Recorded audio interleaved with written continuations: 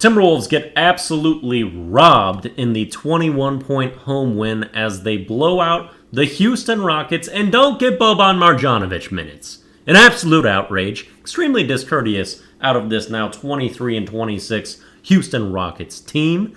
And who knows, maybe they're getting a little more spicy, a little bit more rude out here as they have Dillon Brooks in this game, which they did not in the first matchup of three in this season for the Timberwolves. We are now 2-0 against them, blowouts in both of them.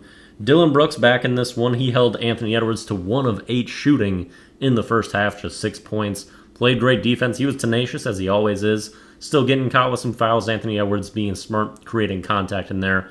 And then what does Ant do in the third quarter? 22 points! My goodness, did he just pop in that one. Hard shot after hard shot after hard shot with these speedy, swift floaters just flying through, getting pushed by Dillon Brooks, still banking in one and one and another, fighting through some contact, floating it in.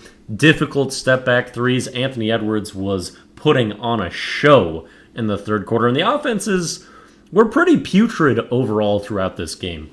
Had just a 4-point lead going into half. It was 48-44, and neither team could really shoot the ball, do much on offense whatsoever, and these are two good defenses, so it does make sense with the characters in this game. And really the only difference is just Anthony Edwards just went bonkers in the third quarter and gave us that big lead, and we just never really turned back and kept the defensive pressure up all the way. While the Rockets missed a lot of really easy layups, it was just kind of confounding and bewildering how they were not dropping a lot of those layup attempts. Dillon Brooks blew a couple. I know Amen Thompson, even though he looked good, he had some shots at the rim that easily could have dropped. There was a lot of just funky misses out of the Rockets to go along with great defense from the Wolves, and that's how they shoot 35% from the game, which is hideous. The Timberwolves coaching staff will now coach the All-Star break. They have clinched that with this win.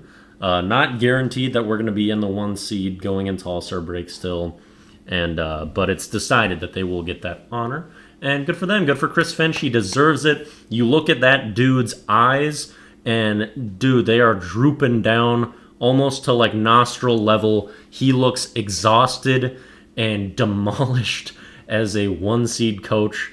And he just had like this hour-long film session or whatever after the tough loss to the Magic, which I said we earned that loss. And so he's been having to get on these players. He hasn't been like the nice guy to them, it seems, all year long, which it seems like they need that. And we've been performing better, but God, it seems like it's weighing on him.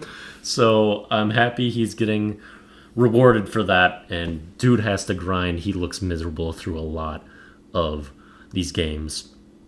Also, the officials got to be miserable officiating Anthony Edwards a lot of these times. Man, he gets his 9th technical of the year.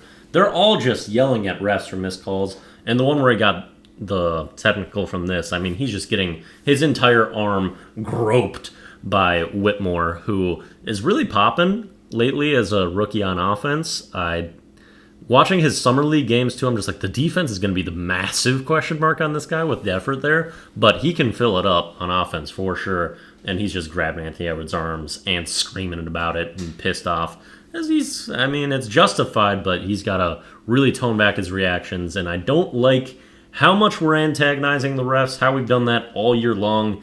And I just don't think any good is going to come from that long term. And I wish that would stop, even though I have a vitriol disgust for referees across the board, as you should, as any well-mannered thinking person would be.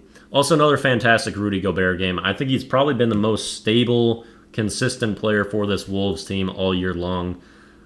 Leader for Defensive Player of the Year right now. He is just balling out there. 4 blocks in this game, beasting on the boards as he do.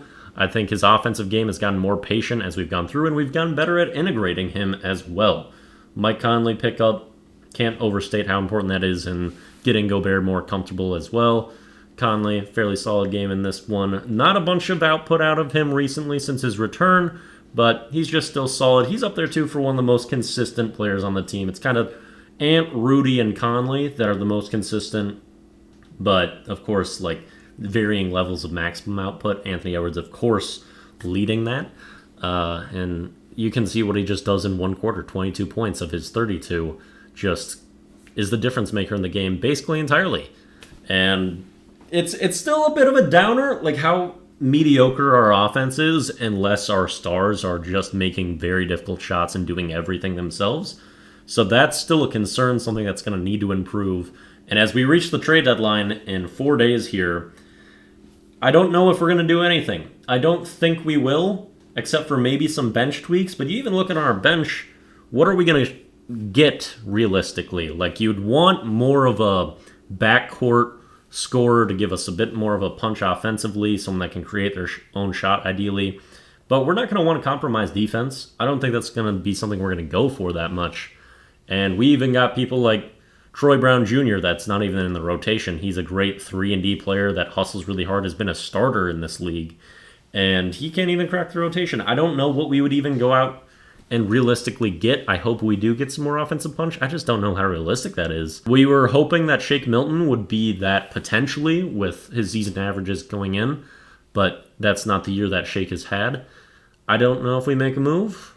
I kind of hope we do. I just don't know realistically what we could get to bolster us a little bit more for hopefully a championship run. Oh, how majestic that would be. Anyway, we're doing good in the 1 seed currently, but OKC they were tied with us going in with actually the bump above us in tiebreakers currently, although we're tied with them in series 2-2, so that can fluctuate. But we're in good position. I'm ready for All-Star break too. I could use a little break from watching like every game.